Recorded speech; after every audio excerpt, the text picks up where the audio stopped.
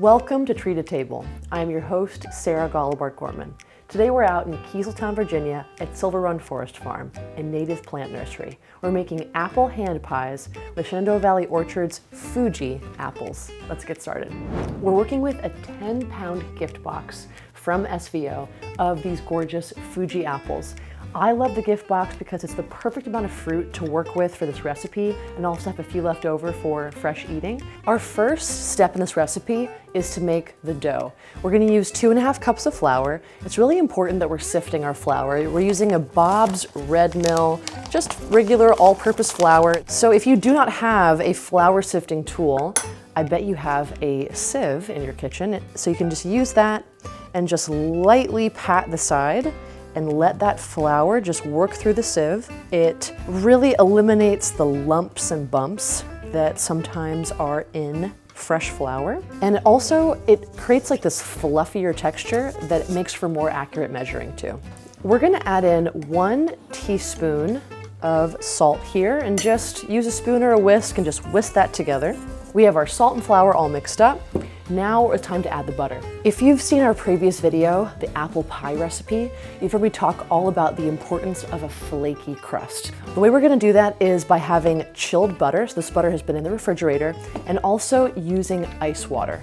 This makes sure that the butter doesn't melt and that it's kept solid in the dough so that when it bakes, it creates all those lovely flaky, crispy moments.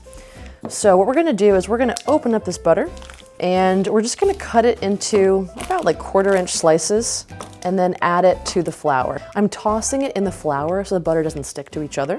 And this may seem like a lot of butter, but the butter or the fat in this recipe is what is gonna hold the dough together. All of our butter is now with our flour and our salt. I'm gonna move this out of the way. And I'm gonna use a pastry blender to mix everything up until it's the texture of kind of gravel or peas, like about that size. So this is just kind of mashing everything together and beginning to incorporate the butter with the flour and salt.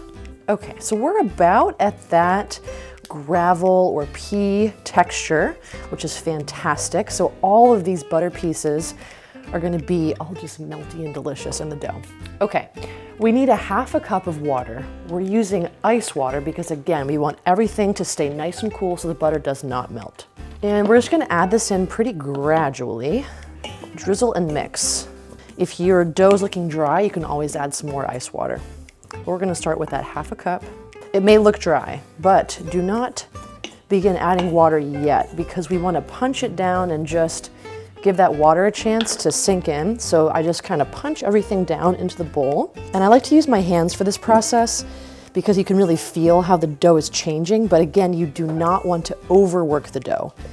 All right, we're coming together, which is great. There's gonna be some crispy bits at the bottom, some dry bits of dough. So just keep on twisting and folding until it comes together. So I'm going to form it into a disc shape because its next stage is to go into the refrigerator because it needs to cool further before I roll it out. And I want to try to kind of squish together all the cracks and make it as round as I can because when I roll it out, those cracks are just gonna get bigger and bigger. So we're gonna use some plastic wrap to wrap this baby up. We're gonna chill this dough in the refrigerator for at least 2 hours. Ideally overnight is best because that makes sure that you're really chilling all the way to the core of the dough. If you're baking way later or you made a lot of dough and you have some left over, just go ahead and put it in the freezer in a Ziploc baggie and you can use it after you defrost it. While the dough is chilling, we're gonna prepare our apples. We're using a Fuji apple today, which is great for both baking and fresh eating. Apple selection is very important in this dish. A fresh eating apple like a Gala or a Red Delicious just isn't gonna stand up flavor-wise in this dessert. What we really want is a nice, sweet, tart baking apple. If you don't have Fuji on hand, you can use Golden Delicious, Ginger Gold, Empire, any of those types of apples will be perfect. So I have all the apples I need out of the gift box, so I'm gonna set this aside while we get the apples ready. I need 3 apples for this dish, so I'm gonna use my handy apple core and slicer to do the job. And after I cut them, I'm just going to cube them into about 1/4 inch slices. So you want like smaller bite-sized pieces that will kind of melt in your mouth more as opposed to have this bigger bite. Okay, now that everything's in the blender, I'm gonna take it back and just use my chop setting to chop it up into some finer pieces. All right, my apples are all nice and chopped. It's not quite shredded, more just like little bite-sized chunks. So I'm gonna lightly cook everything in the saucepan, and the reason that I'm doing this is because, you know, as apples cook, they release some of their juices. And if they're too juicy, as they cook, the hand pies will get kind of soggy, the juice will run all over the sheet pan. And so rather than have that happen, if we pre-cook everything, then we're kind of helping to evaporate some of those juices so you get a more concentrated flavor without all the leakiness. We're gonna add 2 tablespoons of butter. I put that kind of in the middle of my pan so it kind of melts evenly. We don't want the butter or the apples to burn. So a medium-high setting, like closer on the medium end, is gonna work best for this because that butter in the center is just gonna kind of melt out and incorporate with everything. So we're also gonna use a 1/3 cup of brown sugar. We're gonna do a teaspoon of cinnamon, kind of dusting over the apples. And we'll do 1/4 teaspoon each of cloves and nutmeg. And finally, a 1/4 teaspoon of salt.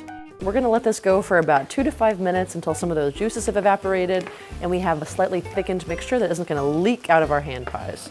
Okay, our mixture has thickened. It's looking more syrupy on the bottom, which is what we want. I turned the heat off, but I'm gonna leave this on so it keeps on doing its thing while I roll out my dough. So we have our chilled dough, and so first we're just gonna sprinkle our surface with some flour, and we're gonna unwrap the chilled dough onto this floured surface. Okay, so we want as minimal hand contact with the dough as possible. We're trying to preserve that buttery flakiness, so we want to keep it as chilled as possible.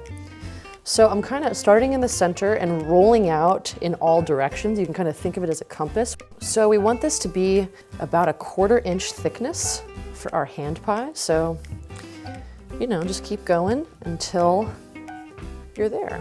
Now that our dough is about 1/4 inch thickness, it's time to cut out the hand pie shapes. So you can use a cookie cutter. I have this mason jar lid. Anything that's about, 3 to 4 inches wide is gonna work great. And so starting from the outside, just punch out your shapes and then toss them onto the parchment paper lined baking sheet. When the baking sheet is full, you can begin stacking little crusts on top of each other because we floured the surface so they're not going to stick. We got as many as we could out of that roll, and so we're going to knead the scraps together and roll them out again to finish the process. And at this point, the dough will be stickier, so don't be afraid to use flour liberally. And then just like last time, just cut out your second round of crusts. So if you're using a mason jar lid, you should get, at most 16 little hand pies out of this, but around 12 to 15 is probably about standard.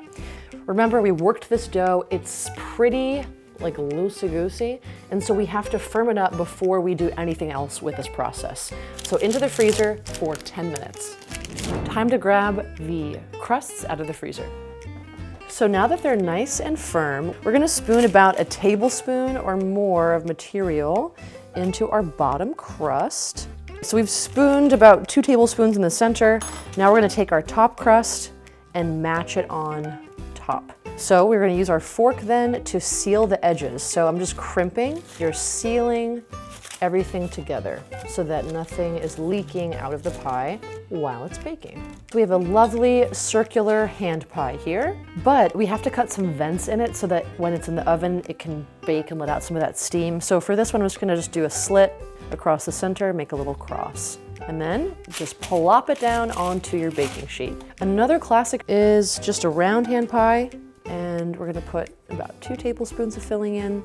We're gonna put the top on, crimp it down, and we're just gonna cut 3 slits into the top of this one, just for a classic little pie look here. All right, and then you can just kind of go on as you wish, designing your hand pies as you would like to have them. While you're decorating your hand pies, this is a great moment to preheat your oven to 375.